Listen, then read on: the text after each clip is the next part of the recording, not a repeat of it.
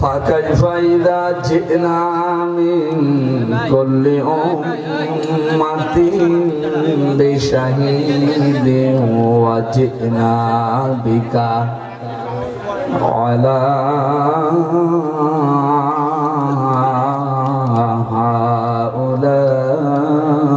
هؤلاء شهيدا صدقت يا ربنا. عن أبي هريرة رضي الله تعالى عنه قال قال النبي صلى الله عليه وسلم الظلم ظلمات يوم القيامة رواه ابن ماجه. اللهم صل على محمد وآله وصحبه وبارك وسلم. الحمدلله জাবালে নূর ইসলামিয়া দাখিল মাদ্রাসার উদ্যোগে আশুলিয়া ঢাকা অষ্টম বাৎসরিক 2 দিন ব্যাপী তাফসীরুল কোরআন মাহফিলের সমাপনী রজনীর স্বনামধন্য সভাপতি অত্র এলাকার সর্বজন শ্রদ্ধাভাজন ব্যক্তিত্ব আমাদের মুরব্বী আলহাজ মোহাম্মদ বিল্লাল হোসেন ফকির দামাত বারকাতুহুমুল আলিয়া। এই মাহফিলে এতক্ষণ যারা আলোচনা রেখেছেন ইসলামিক চিন্তাবিদ মুফাসসিরে কোরআন বড় ভাই জনাব মাওলানা জহিরুল ইসলাম জিহাদি টাঙ্গাইল, প্রধান অতিথি সাবেক জাতীয় সংসদ সদস্য বাংলাদেশ জাতীয়তাবাদী দল বিএনপির এখনো সভাপতি আছে উনি, বিশিষ্ট রাজনীতিবিদ জনাব ডাক্তার দেওয়ান মোহাম্মদ সালাউদ্দিন বাবু, আমার জেলহাজ ভাই। হজ করলে আলহাজ হয় না, এটা যেহেতু জেলে থাকা পার্টি তো এটা জেলহাজ ভাই। এ মাহফিলে যারা বিশেষ অতিথি আছেন অনেকগুলো মানুষের নাম আপনারা দিয়েছেন, বিশেষ করে হাসান মাহবুব মাস্টার, আহসান উল্লাহ ভুইয়া, আবুল হুসাইন মুন্সি, সোহরাব হোসেন মীর, অধ্যক্ষ মোহাম্মদ হারুনুর রশিদ, আমিনুল ইসলাম, সাইফুল ইসলাম, নাজমুল হুসাইন মোল্লা, হাজী আবুল কাসিম মিয়া, শরীফ চৌধুরী, হাজী ইব্রাহিম ফকির, ইসহাক মিয়া। প্রধান অতিথি আজকে মনে হয় মহিলা অনুষ্ঠান ছিল না, হয়ে গেছে গতকাল যেখানে এখানে যারা আলোচনা রেখেছিলেন হাফেজ মাওলানা মুশতাক আহমেদ রাজশাহী, মাওলানা ওহিদুজ্জামান সেলিম মেহেরপুর, প্রধান অতিথি ছিলেন অ্যাডভোকেট শহীদুল ইসলাম, যাক নাম না জানা সম্মানিত ব্যক্তিবর্গ, মঞ্চে বসা যারা সম্মানিত ওলামায়ে কেরাম, বিশেষ করে মাওলানা আবু হানিফ, জনাব আবুল কাসেম,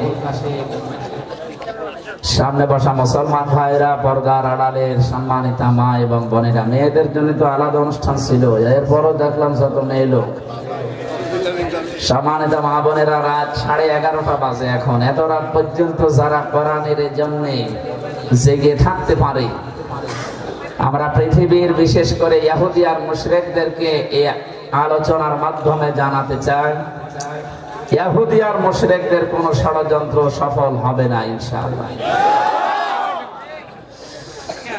সারা দুনিয়াতে এতদিন পর্যন্ত যারা জানিয়েছে যে বাংলাদেশের সংখ্যালঘু নির্যাতন হয়, বিশ্ব আজ দেখছে সবচাইতে বেশি সংখ্যালঘু নির্যাতন হচ্ছে ভারতে। কথা বলেন না কেন? ওখানে সংখ্যালঘু হিসাবে মুসলমান যেমন আছে, খ্রিস্টানও সেরকম আছে। কিছুদিন আগে আপনারা দেখেছেন ওখানে খ্রিস্টান 2টা মেয়েকে তারা উলঙ্গ করে রাস্তায় হাঁটিয়েছে।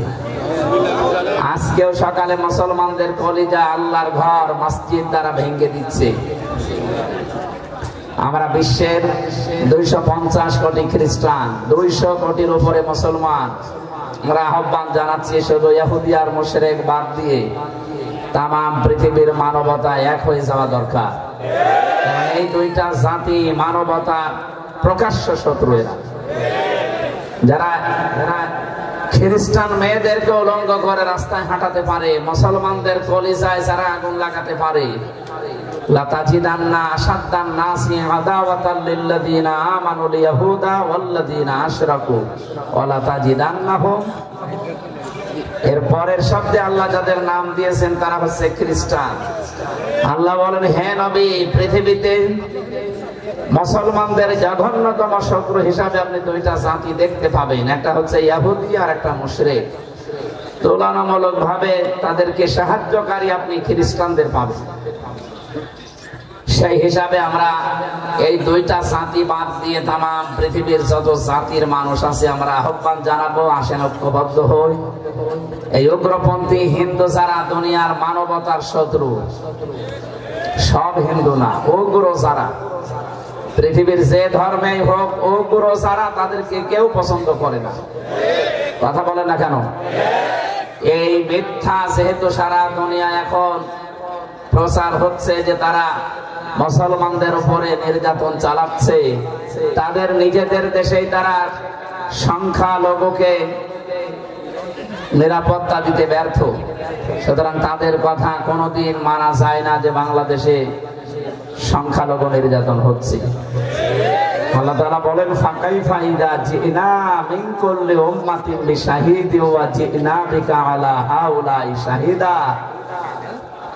আমি যে আয়াত পড়লাম, দ্বিতীয় আয়াত এটা 41 নম্বর আয়াত সূরা নিসা। আল্লাহ বলেন, কেমন হবে যখন প্রত্যেকটি জাতির ভেতর থেকে আমি একজন করে সাক্ষী আনয়ন করব। আজ ওদের ধর্মের লোক গোবিন্দ পরামানিক, রঞ্জন কুমার সরকার, এই দুইজনের বক্তব্য দেখেন ভিডিও লাইভে। তারা বলছে বাংলাদেশে সংখ্যালঘু নির্যাতন, বিশেষ করে হিন্দুদের উপরে কোনো অত্যাচার হচ্ছে না, হয়নি। যা করেছে ওই বাটপাড়া করছে, কারণ ওরাও যেহেতু আপনাদের দলেরই লোক ছিল। আমার ফাঁসি চাই, আমি মেজর ডালিম বলছি, এই দুইটা বই পড়লে ইতিহাস যেটা বলছে, ওনাদের জন্ম বৃত্তান্ত পড়লে যেটা জানা যায় ওনারা ওই ধর্মেরই লোক ছিল। কথা বলে না কেন? আপনাদের ধর্মের লোকই আপনাদের 15.5 বছরে মেরেছে, অত্যাচার করেছে। আপনাদের মন্দির যদি ভাঙে তারাই ভেঙেছে। গোবিন্দ পরামানিক একটা হিন্দু মানুষ, আপনাদের পরিষদের সে সভাপতি, সে পর্যন্ত এখন ডাক দিয়ে বলছে পৃথিবীর মানুষেরা, বাংলাদেশে ইসলামপন্থী বিশেষ করে জামাত ইসলামী এবং আলেম ওলামাদের হাতে আমরা কোনোদিন নির্যাতনের শিকার হইনি, হওয়ার সম্ভাবনাও নেই। যাদের হাতে হয়েছি তারা পুরাটা উল্টিয়ে দুনিয়ার মানুষকে দেখিয়েছে, এই দোষটা চাপিয়েছে ইসলামপন্থীদের উপর। সুতরাং এই দেশের সম্প্রীতি সৌহার্দ্য যে পরিবেশ, টিকিয়ে রাখার জন্য আমরা যেহেতু কাজ করছি, আগস্টের 5 তারিখের পর থেকে আপনি দৃষ্টান্ত হয়ে আছেন। এদেশে হিন্দুদের মন্দির এদেশের মুসলমানেরা পাহারা দিয়েছে, আর ওরা এখন প্রতিদান হিসাবে দেখে আমাদের মসজিদ আল্লাহর ঘর তারা ভেঙ্গে ধোয়া তুলেছে। এখানে নাকি মন্দির ছিল 1000 বছর আগে। বলেন নাউজুবিল্লাহ। আরে ভাই, ঢাকার স্বামীবাগের এই ইসকন মন্দির এখন যদি আমরা আওয়াজ তুলি যে 500 বছর আগে এটা আমাদের মসজিদ ছিল, কি করবেন আপনি? বলেন। এটা রেকর্ড হয়, এটা ইন্টারনেটে যাচ্ছে, বাতাসে ভেসে বেড়াচ্ছে, ইথারে। সুতরাং আমরা আহ্বান জানাবো, কিছু মানুষ উস্কানি দিচ্ছে, বিশেষ করে মলম বিক্রেতা, এর যে কি অবস্থা। সাংবাদিক নামের একটা কলঙ্ক, কথা বলে না কেন? আমার মনে হয় এই লোকটার জন্মে কোনো জায়গায় মনে হয় সমস্যা, তাছাড়া এরকম কথা কেউ বলে। চট্টগ্রাম নিয়ে নিলে আমাদের এই উপকার হবে। আরে ভাই, চট্টগ্রাম নিয়ে নেবেন মানে আপনি কি যৌতুক নেবে? মেয়ে তো পালিয়ে গেছে, কিসের যৌতুক? পালানো মেয়ের আবার কোন যৌতুক আছে? ও বিয়েই তো মানি না। তারপরও মেয়ে যার সাথে পালিয়েছে ওর সাথে তো বিয়েও চাইছে নেই। পালিয়েছে না আবেগে পড়ে, কিন্তু বিয়ে করতে হলে তো হাফাতা হওয়া লাগবে, কত ফুল হাতা। আর দাদার যা বয়স, এই বয়সে যদি হাফাতা করা লাগে তো গোড়া থেকে কেটে বাদ দেওয়া লাগবে। নিচে নামলাম না, যেহেতু এই 15.5 বছরে অনেকে ধোয়া তুলতো যে আমাদের স্বামী স্ত্রীর সম্পর্ক, আর স্বামী যেহেতু বড় হয় স্ত্রী ছোট হয়, সেই হিসাবে ওরা বড় আমরা ছোট, আমরা মনে করতাম মনে হয় এইটাই বলতে চাচ্ছিল, কিন্তু এটা তো শরীয়ত মেনে নেয় না। সূরা বাকারা 221 নম্বর আয়াত। আমি কি বানালাম? মনে নাই? সূরা বাকারা 221 নম্বর আয়াত বলে দেখেন আল্লাহর বক্তব্য। আল্লাহ রাব্বুল আলামিন বলেন, ওয়ালা তানকিহুল মুশরিকাতি হাত্তা ইউমিননা। এর দ্বিতীয় জায়গায় আছে ওয়ালা তানকিহুল মুশরিকিনা হাত্তা ইউমিনু। যতক্ষণ মুশরিক পুরুষ মুসলমান না হবে, ইমানদার না হবে, কোন মুমিনা নারীর জন্য তার সাথে বিবাহ বন্ধনে আবদ্ধ হওয়া জায়েজ নেই। এ ফতোয়া কার? আরো বলেন কার? সুতরাং আমাদের মেয়ে যাই হোক, অন্তত হাজি তো, তার একটা স্বভাব খারাপ আছে, মিথ্যা কথা বলে, খাও কিন্তু হাজি তো কথা বলছে না। মেয়ের বদনাম হলে তো সমস্যা। এই জন্য দু একটা চরিত্র সমস্যা থাকলেও মুসলমান এবং হাজি কথা বললেন না। তার সারা জীবনের বিশ্লেষণ বের হচ্ছে এখন। আমার এই 33 বছরে আমার মনে হয় বিবেক হওয়ার পর থেকে আমি দেখছি হাজির মুখে কোনোদিন সত্য কথা শুনেছি বলে আমার মনে হয়। যেটা দু একটা সত্য কথা শুনি সেটার ভেতরেও মনে হয় 100 ভাগের 98 ভাগ মিথ্যা আছে, আর বাকি গুলো তো আল্লাহ জানে কি বলে। কারণ যে কথা বলে আসে হাজী সাহেবরা, ওই কথাগুলো যদি ঠিক রাখতো, এ বাংলাদেশে তো এই 54 বছর লাগে না, 54 ঘন্টা ইসলাম কায়েম হয়ে যায়। ওখানে যে বলে আসে লা শারিকা লাকা লাব্বাইক, আল্লাহ তুমি সাক্ষী থাকো, আমি জীবনেও আর কোনোদিন শরীক করব না। কথা বলে না কেন? হানিফা ওয়া মা আনা মিনাল মুশরিকিন, আমি একনিষ্ঠভাবে তোমার দিকে ঘুরলাম, আমি কিন্তু মুশরিক না। অথচ বাংলাদেশে আসার পরে আপনি শিরিকের কারখানা শুরু করেন, মোড়ে মোড়ে মূর্তি তৈরি করে শিরিকের বাজার বসান। যত টাকা খরচ করেছিলেন শিরিক করার জন্য, সব টাকা চলে গেছে। কথা বলে না কেন? এই জন্য আমার ভয় লাগে, আমার ভয় হয় আল্লাহ যখন কিয়ামতে গোবিন্দ পরমাণিককে এই মুশরিকদের বিপক্ষে দাঁড় করাবেন, ওয়াজিনা বিকা আলা হাউলাই শাহিদা, হে নবী আপনাকেও আমি দাঁড় করাবো তামাম দুনিয়ার উম্মতের জন্য সাক্ষী হিসাবে। এজন্য আমাদের চরিত্র সংশোধন করা দরকার। আগস্টের 5 তারিখের পর থেকে যারা উল্টাপাল্টা আরম্ভ করেছেন, অনেকে বুঝে হোক না বুঝে হোক, অনেকে চাঁদাবাজি শুরু করেছে। ঢাকায় হয়তো এখনো শুরু হয়নি, কিন্তু জেলা শহরে আমরা দেখতে পাচ্ছি অনেকে হয়তো সহ্য করতে না পেরে চাঁদাবাজি আরম্ভ করেছেন। আপনারা থামেন ভাই, আপনার জন্য কিন্তু নবী সাক্ষী হয়ে যাবে। আর বিশ্ব নবী যদি কারো বিপক্ষে সাক্ষী হয়ে দাঁড়ায়, ওর আল্লাহর বানানো জান্নাত হারাম হয়ে যাবে। কথা বলেন না কেন? যে জান্নাতে যাবার জন্য বারবার আল্লাহ আমাদেরকে সাধনা করতে বলছেন, লিমিসলি হাদা ফালিয়ামালিল আমিলুন, সূরা সাফফাতের 61 নম্বর আয়াত। আল্লাহ তাআলা বলেন সাধনা কারা, যারা করো তোমাদের আরো সাধনা গঠন করে করা দরকার। যেটা আমি বানিয়েছি ওটা পাওয়ার জন্য প্রতিযোগিতা করো। ফি যালিকা ফালিয়াতানা ফাসিল মুতানাফিসুন, প্রতিটি প্রতিযোগীর উচিত তারা যেন প্রতিযোগিতা আরম্ভ করে আল্লাহর বানানো ওই বাগান পাওয়ার জন্য। ওই বাগানে আল্লাহ এমন আনলিমিটেড তাসনিম রেখে দিয়েছেন, ওয়া মিজাজুহু তাসনিম, এটা জান্নাতের একটা বাগানের নাম, ঝর্ণা ধারার নাম। এই বাগানে যে পানিগুলো আল্লাহ দিয়েছেন, এই ঝর্ণা এত দামি পানি, তাসনিম, এটা আলাদা ভাবে বানানো। পৃথিবীতে এই পানি নেই। যেটা আছে এই যে নীতা আম্বানি, মুকেশ আম্বানির স্ত্রী পান করে, অ্যাকোয়াটিক ক্রিস্টালা এই পানি, 750 গ্রামের দাম বাংলাদেশের টাকায় 51 লাখ টাকা দাম। এ মহিলা 24 ঘন্টায় যদি 4-5 বোতলও খায়, যেহেতু বোতল খুব বড় না, হাফ লিটারের একটু বড়, 51 লক্ষ টাকা দাম। আপনি হিসাব করেন, ও যদি 6 বোতল করে 24 ঘন্টার ভেতরে পানি খায়, কমপক্ষে 3 কোটি 6 লাখ টাকার শুধু পানি লাগে। এটা তার লিমিট করা। আল্লাহ বলেন মিন তাসনিম, আমি যে ঝর্ণা ধারা বানিয়েছি তাসনিম দিয়ে, এর চাইতে কোটি গুণে দামি, সে পানির কোনো হিসাব নেই, আনলিমিটেড। আইনা ইয়াশরাবু বিহাল মুকাররাবুন, নিকটবর্তী যারা আমার হবে তাদেরকে আমি আল্লাহ এটা পান করাবো। এখন আমাদের উচিত দল মত জাতি বর্ণ ধর্ম নির্বিশেষে বিশ্বের সবচাইতে শান্তির ধর্ম ইসলাম, এখানে দীক্ষিত হয়ে আল্লাহর এই বানানো বাগান, এই জান্নাত, এই তাসনিম, এই রাহিকুল মাখতুম, এটা পাওয়ার জন্য আমার মনে হয় প্রতিযোগিতা আরম্ভ করা দরকার এখন থেকে। যে যেখানে আছি আমরা আজকে থেকে প্রত্যেকজন এক একজন প্রতিযোগী, দুনিয়ার প্রতিযোগী না, আমরা আখিরাতের প্রতিযোগী তাসনিম পাওয়ার। কথা বলে ঠিক কিনা? আমাদের জীবন থেকে গুরুত্বপূর্ণ কয়েকটা কাজ বাদ দেওয়া লাগবে। এক নাম্বার এই জুলুম। কি বললাম? দুনিয়ায় যাই করেন আপনি করবেন, কিন্তু জুলুম করবেন না কারো প্রতি।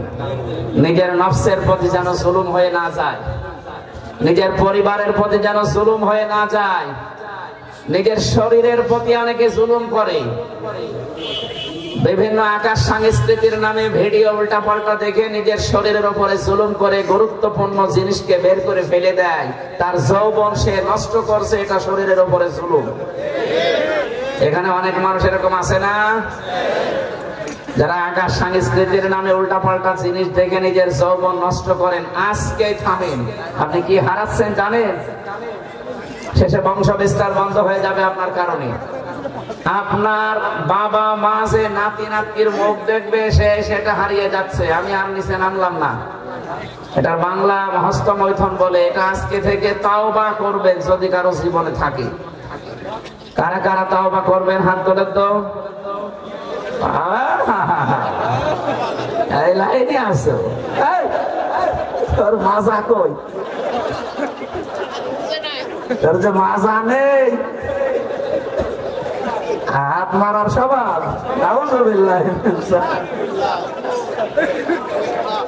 তো চেহারা দেখে ভালো মনে হচ্ছে, এবার এই কাজ করে।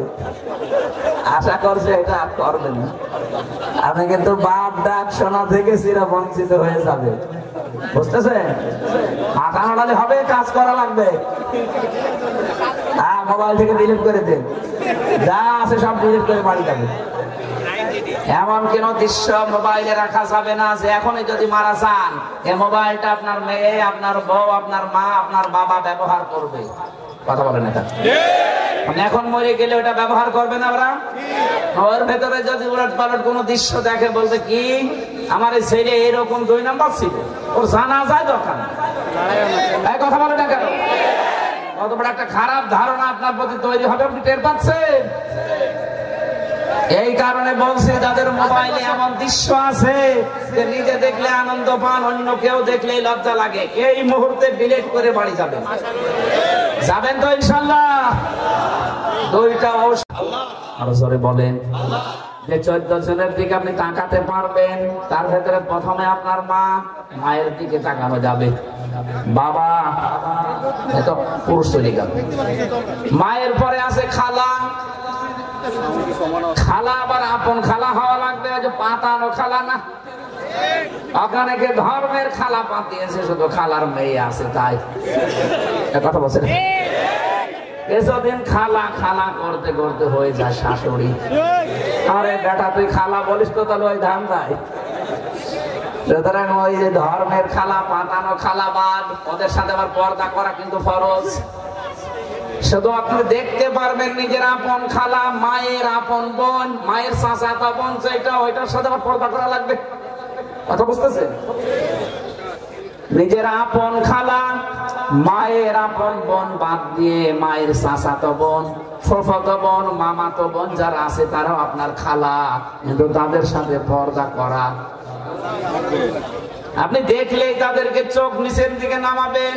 ওরা যদি বলে এ ছেলে কি, ছেলে কয়েকে আনকালচার বলে, বলো, কারণ এই নির্দেশ কার?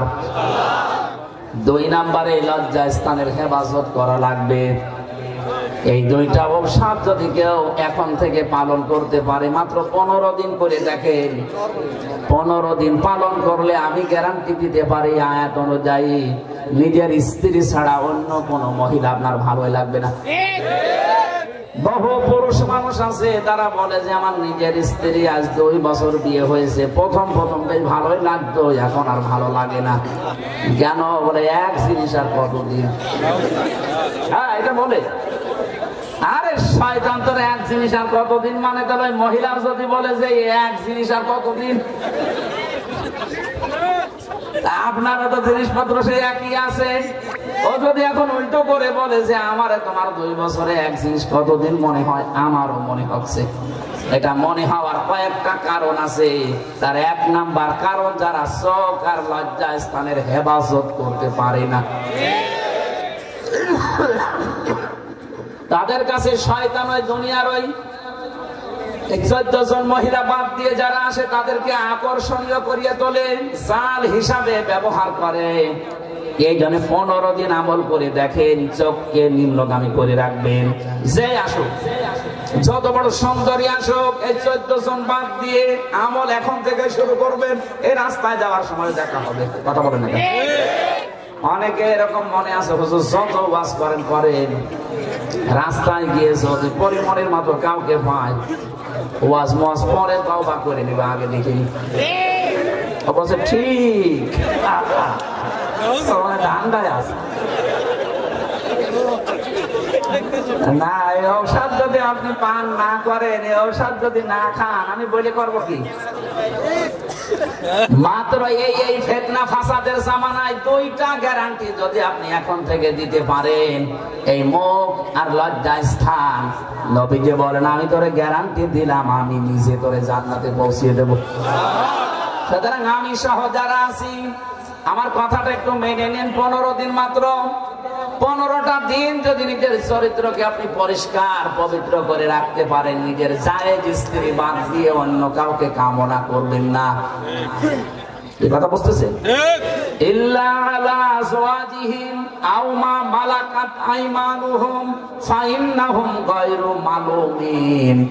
নিজের জায়েজ স্ত্রী বাদ দিয়ে অন্য কারো দিকে ব্যবহারের দৃষ্টি নিয়ে তাকানো নাই, তাকানোই, শেষে হর্ষয় আছে, তাকানো না, শুধু তাকানোই জায়েজ নেই। সুতরাং এরকম কোন কাজ কারবার দুনিয়াতে যারা আমরা করছি, এখনই যদি থেমে যেতে পারি, 15 দিনের আমল দিলাম, দেখবেন আপনি সত্যি আয়াত অনুযায়ী একটা অনির্বচন সুখ পাবেন। শব্দটা কি বললো? একটা অনির্বচন সুখ আপনি পাবেন। মা পাখিটা যখন বাচ্চাদেরকে সেভ করার জন্য এভাবে পরগুলো বিছিয়ে দেয়, এরপরে ফল করে দেয়, এভাবে একটার সাথে আরেকটা পর লাগিয়ে দেয়, এরপরে ডাউন করে ফল করে দেয়, ওর নিচে বাচ্চাগুলো যখন আপনি দেখবেন মারবে কোনো কিছু, ওটা থেকে বাঁচার জন্য বাচ্চাগুলো তখন একটা আওয়াজ দেয়, কিচির মিচির, কিচির মিচির। কথা বলে না? এইটাকেই বাংলায় বলা হয় অনির্বচন সুখ। রব্বুল আলামিন বলতে চেয়েছেন, সত্যি যদি নিজের চরিত্রকে সংশোধন করে পবিত্র করে রাখতে পারো, এটা যেহেতু শরীরের উপর একটা জুলুম হয়ে যায় সামনে, আমরা নিজেরা যারা এসেছি প্রত্যেকে এই জুলুম থেকে আমরা যেন বেঁচে থাকতে পারি আল্লাহর এই ঔষধ পান করার মাধ্যমে, তখন আপনার নিজের জায়েজ স্ত্রীর প্রতি আকর্ষণ বাড়িয়ে দেবে কে? আরো জোরে বলেন। একজন সাহাবী এসে বললেন, হে নবী, স্ত্রী ব্যবহার করার পরে যে গোসল করা হয়, প্রতি ফোঁটা ফোঁটা পানি যখন মাথার উপর থেকে পড়ে, আপনি বললেন প্রত্যেক ফোঁটা একটা করে নেকি হয়। বিশ্বনবী বললেন, হ্যাঁ এটা হয়। সাহাবী বলেন, হুজুর এই কাজে নেকি পাওয়া যায়? বিশ্বনবী বলেন, এটা যদি তুমি অন্যের স্ত্রীর সাথে করতে কি হইতো? বলে গুনাহ হতো। নবীজি বলেন, এটা যদি অন্য জায়গায় করলে গুনাহ হয়, নিজের জায়েজ জায়গায় করলে সওয়াব হবে না কেন? জোরে বলেন সুবহানাল্লাহ। আমি যে ঔষধ গুলো বলছিলাম, 1 নম্বরে আমরা যেন জুলুম না করি। ইন্নাল্লাহা লা ইয়াজলিমু মিসকালা যাররা, আল্লাহ বলেন আমি যাররা পরিমাণ জুলুম করি না। ওয়া ইন তাকু হাসানাতান ইউদাইফহা ওয়া ইউতি মিন লাদুনহু আজরান আযীমা। কোন মানুষ নিজের জীবন থেকে জুলুম নামক শব্দ যদি পরিহার করতে পারে, ওই মানুষের যা নেকির কাজ হবে, প্রতিটি নেকির কাজ আমি আল্লাহ ডবল করে দেব। জুলুম বাদ দিয়ে যদি সুবহানাল্লাহ একবার পড়েন, 2 বার সুবহানাল্লাহ পড়ার সওয়াব পাবেন। সুবহানাল্লাহ বলতে পারেন? ব্যক্তিগত জীবন থেকে আন্তর্জাতিক জীবন, সেই জায়গায় আমরা আছি, কোন জায়গায় যেন আমার দ্বারা জুলুম হয়ে না যায়। আমি এই ফ্যাক্টরির মালিক, আমার আন্ডারে ৮-১০ হাজার মানুষ কাজ করে। কিয়ামতের দিন কিন্তু আমি তাদের অভিভাবক হিসাবে কাঠগড়ায় দাঁড়ানো লাগবে। এজন্য আমার দ্বারা যেন জুলুম না হয়। আমি প্রতিষ্ঠানের মালিক, আমার দ্বারা যেন জুলুম হয়ে না যায়। প্রত্যেকটি জায়গায় মানুষ কিন্তু দায়িত্বশীল। কুল্লুকুম রাঈন ওয়া কুল্লুকুম মাসউলুন আন রাইয়াতিহি। নবীজি বলেন প্রতিটি মানুষ দায়িত্বশীল। কিয়ামতের দিন তার স্ব দায়িত্ব সম্পর্কে তাকে জিজ্ঞাসা করা হবে। এখানে জুলুম, এটা আমার একটা মারাত্মক অপরাধ। আল্লাহ সবচাইতে বেশি ঘৃণা করেন এই কাজটা। জুলুম ত্যাগ করে মানুষ জীবন যখন চালাতে থাকবে, ওয়ায়ুতি মিল্লাদুনহু আজরান আযীমা। আল্লাহ বলেন আমার নিজের পক্ষ থেকে মিল্লাদুনহু, আমার পক্ষ থেকে তাকে আজরান আযীমা, বিশাল পুরস্কার আমি আল্লাহ দান করব। বলেন আমিন। আল্লাহর ওই পুরস্কারের নামটাই তার বাগান জান্নাত। এতক্ষণ যেটা পাওয়ার জন্য আমি লোভনীয় বস্তু হিসাবে বারবার আশা জাগাচ্ছিলাম, যেটা পাওয়ার জন্য আপনাকে চেষ্টা করা লাগবে জান প্রাণ দিয়ে। যে যেখানে আছি ওই জায়গা থেকে আমাদের আজকে থেকে চেষ্টাই থাকবে জীবনের আসল সাধনা। আমি যাই করি আমার ওই বাগানে পৌঁছানো লাগবে। কথা বলেন ঠিক কিনা? আজকের এখানে এসেছি ওই বাগান পাওয়ার, রাস্তা পাওয়ার জন্য। আমরা হয়তো রাস্তা অনেকেই ভুলে গেছি এ বাগানে যাওয়ার। জুলুম কিয়ামতের দিন ঘোর অন্ধকার হয়ে দেখা দেবে। 15.5 বছরের জুলুম এই জালেমদের কাছে যেমন ঘোর অন্ধকার হয়ে আজ দেখা দিয়েছে। আমি এই যে কাশিমপুর কারাগারের পেছনে ছিলাম, এখন ওখানে পলক নিয়ে আছে জনাদ আহমেদ পলক। আল্লাহর ওলি মনে হয় শুনতে পাচ্ছি ওখানে আজকে। এদের এই জুলুম গুলো কত অন্ধকার হয়ে তাদের কাছে আজ দেখা দিয়েছে। আপনি তাকান তাদের দিকে, কি আরাম আয়েশের জীবন ছিল। এই 15.5 বছরে তারা গান বেজেছিল। দেখতাম বিভিন্ন অনুষ্ঠানে নিজেরা গান বলতো, আগে কি সুন্দর দিন কাটাইতাম। কোন দিন কাটান? আপনি ইন্টারনেট বন্ধ করে অন্ধকার করে দিলেন দেশটাকে। এটা একটা জুলুম। জুলুম মানে অন্ধকার। জুলুম মানে কি? বলেন বলেন। সুতরাং ইন্টারনেট বন্ধ করে যারা জুলুম করলেন, এর কারণে হাজারো মানুষ বিপদে পড়লো। এত মানুষ মারা যেত না, এই শয়তানদের পরিকল্পনা এত মানুষ মরেছে। এখানে আমার মনে হয় গণহত্যার দায়ে যাদেরকে আসামি করা হয়েছে প্রত্যেকের শাস্তি ত্বরান্বিত করা দরকার। হয়তো আগামীতে যারা আবার আসবে ওরা এদের চাইতে বড় হারামি হবে। এই জন্য যারা এখন দায়িত্বে আছে তাদের উচিত বিচারের জন্য যাদেরকে মামলা দেওয়া হয়েছে ইমিডিয়েটলি আন্তর্জাতিক অপরাধ ট্রাইব্যুনাল যেহেতু সাজানো আছে, খুব তাড়াতাড়ি গণহত্যার সাথে যারা জড়িত শাস্তি দিয়ে দেন।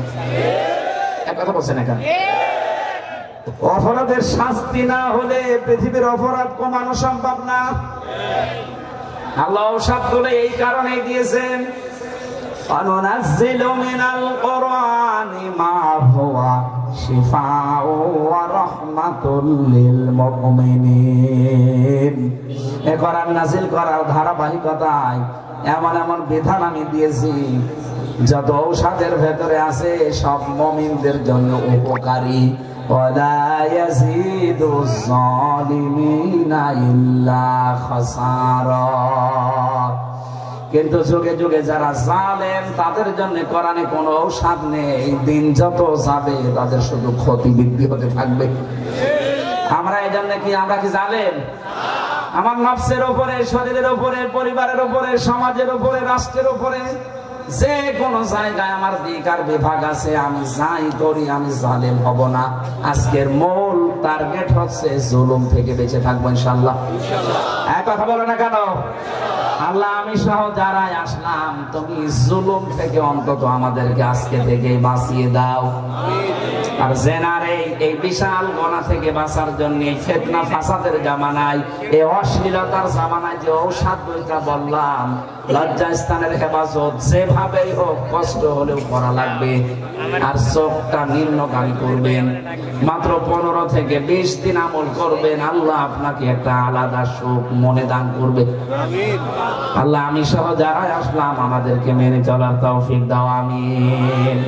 আল্লাহুম্মা আমিন। মোনাজাতটা বসে করেন, 2 দিন ব্যাপী মাহফিলের আখেরে মোনাজাত বসে করেন। রব্বানা যালামনা আনফুসানা ওয়া ইল্লাম তাগফির লানা ওয়া তারহামনা লানাকুনান্না মিনাল খাসিরিন। রব্বুল আলামিন, রাত 12টা বাজে, তাহাজ্জুদের সময় এখন। তোমার কত তাহাজ্জুদ রোজার বান্দা বান্দি এখন নামাজে দাঁড়িয়ে গেছে, গভীর রজনী পর্যন্ত তোমার কোরআনের কথাগুলো আমরা বিভিন্ন আলেমদের মুখে শুনেছি। এখনো পর্যন্ত এরা জাতক পাখির মতো বসে আছে। আল্লাহ, আমি 2টা ঔষধ দিয়েছি কোরআনে কারীম থেকে, জুলুম জীবনে যেন আমাদের না থাকে, লজ্জা স্থান এবং চোখের হেফাজত করে যেন আমরা জেনা থেকে বাঁচতে পারি। কোরআনে কারীমের এই 2টা ঔষধ আমাদেরকে আমল করার তৌফিক দাও। তোমার হাবিব জানিয়েছে, যেটা বাংলা দাঁড়ায় অনির্বাচন সুখ নাকি তুমি দান করবে। মেহেরবানি করে এই আমল করার কারণে আমাদের অন্তরে তুমি এই সুখটা দিয়ে দিও আল্লাহ। রাহাতুন মানে সুখ, সালাম মানে শান্তি। আল্লাহ, সুখ আর শান্তির আসল মালিক তুমি। আমাদের পরিবার, সমাজ, রাষ্ট্রে আর রাহাতুন এবং সালাম দিয়ে ভরে দাও। ঢাকা আশুলিয়ার জাবালে নূর এ মাদ্রাসাটা দিনের শিক্ষায় দীক্ষায়, দিনের প্রসারে, দিনের কায়েমে ভূমিকা রাখে। কিয়ামত পর্যন্ত তুমি কায়েম রাখো আল্লাহ। যারা এর দায়িত্বে আছে, মাওলানা আবুল কাশেম ফকির সহ যত মানুষের দায়িত্বে আছে আল্লাহ, এই মানুষগুলোকে তুমি মঞ্জুর করো। কাশেম ভাইয়ের শাসি মৃত্যুর বিছানায় পড়ে আছে, আল্লাহ তোমার এই নেককার বান্দিকে তুমি মাফ করে দাও। হায়াত যদি থাকে সুস্থ করে দাও। যদি তোমার ইলমে জানা থাকে যার হায়াত নেই, তুমি মেহেরবানি করে ইমানের সাথে ডেকে নাও।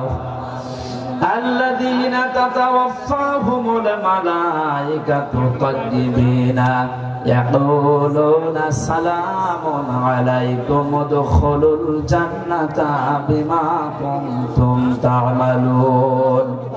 আল্লাহ, আয়াতটা তুমি কাশেম ভাইয়ের চাষির জীবনে বাস্তবায়ন করে দাও। সম্মানিত সভাপতি আমার মুরব্বী আলহাজ বেল্লাল হোসেন ফকির, আল্লাহ তার মা বাবাকে মাফ করে দাও। তার স্ত্রী সন্তান যেগুলো দিয়েছে সহি সালামতে রাখো। আল্লাহ তোমার এই মুরব্বী বান্দাকে তুমি কবুল করো। আমাদের প্রধান অতিথি ডাক্তার দেওয়ান সালাউদ্দিন বাবু ভাইকে মঞ্জুর করো, তাকে সুস্থ রাখো। রব্বুল আলামিন ব্যস্ততার কারণে হয়তো চলে গেছে বা এসেছিল, তাকেও তুমি মঞ্জুর করে নাও। সম্মানিত মা বোনেরা আজকেও এসেছে, আল্লাহ এদেরকে তুমি পরিবারের শান্তি দাও। হাবলানা মিন আজওয়াজিনা ওয়া যুররিয়াতিনা কুররাতা আ'য়ুনি ওয়াজআলনা লিল মুত্তাকিনা ইমামা। নবীজিকে তুমি এই দোয়াটা শিখিয়েছো পরিবারের শান্তি পাওয়ার জন্য।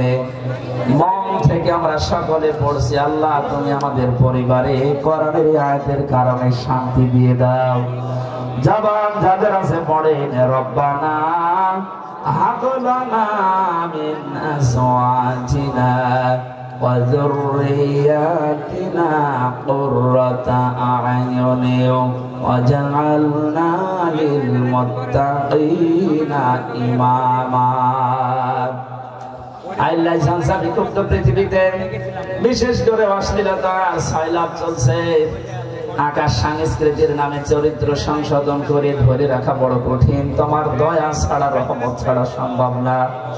আমাদের মহান মূল্যবান জিনিস সম্পদ চরিত্রকে তুমি বাঁচাও। রব্বানা হাবলানা রব্বানা আতিনা মিন লাদুনকা রাহমা ইন্নাকা আনতাল ওয়াহ্হাব রব্বিরহামহুমা কামা রব্বায়ানি সাগীরা। এই আশুলিয়া জামগড়া এলাকায় যারা ব্যবসা বাণিজ্য করে, আল্লাহ এদের ব্যবসা বাণিজ্যে বরকত দিয়ে দাও, দুনিয়ার অভাব দূর করে দাও, স্বভাব ভালো বানিয়ে দাও। এলাকায় মাটির নিচে যারা ঘুমিয়ে আছে কবরগুলো কোরআনের ইজ্জতে জান্নাত বানিয়ে দাও। আল্লাহ আগামীর বাংলাদেশ তুমি কোরআনের হাতে তুলে দাও। যে ষড়যন্ত্র চলছে আল্লাহ এই নিকৃষ্ট প্রতিবেশীদের ষড়যন্ত্র থেকে তুমি আমাদের বাঁচাও। তাদেরকে তুমি অর্থনৈতিক ভাবে দুর্বল করে দাও। তাদের নিজেদের ভেতরে এই মুশরিকদের ভেতরে তুমি সব কিছু উলটপালট করে দাও। 57টা মুসলমান রাষ্ট্র পৃথিবীতে সবাইকে এক করে দাও। ঐক্যবদ্ধ হয়ে মুশরিক আর ইহুদিদেরকে বয়কট করার সুযোগ তুমি দিয়ে দাও। মরণ আসলে পড়ার তৌফিক দিও। লা ইলাহা ইল্লাল্লাহু মুহাম্মাদুর রাসূলুল্লাহ। আমার যে বইগুলো আছে লিখিত বই এখানে আশপাশে গাড়িতে আছে, হয়তো যাওয়ার সময় নিয়ে যান, কাজে লাগবে।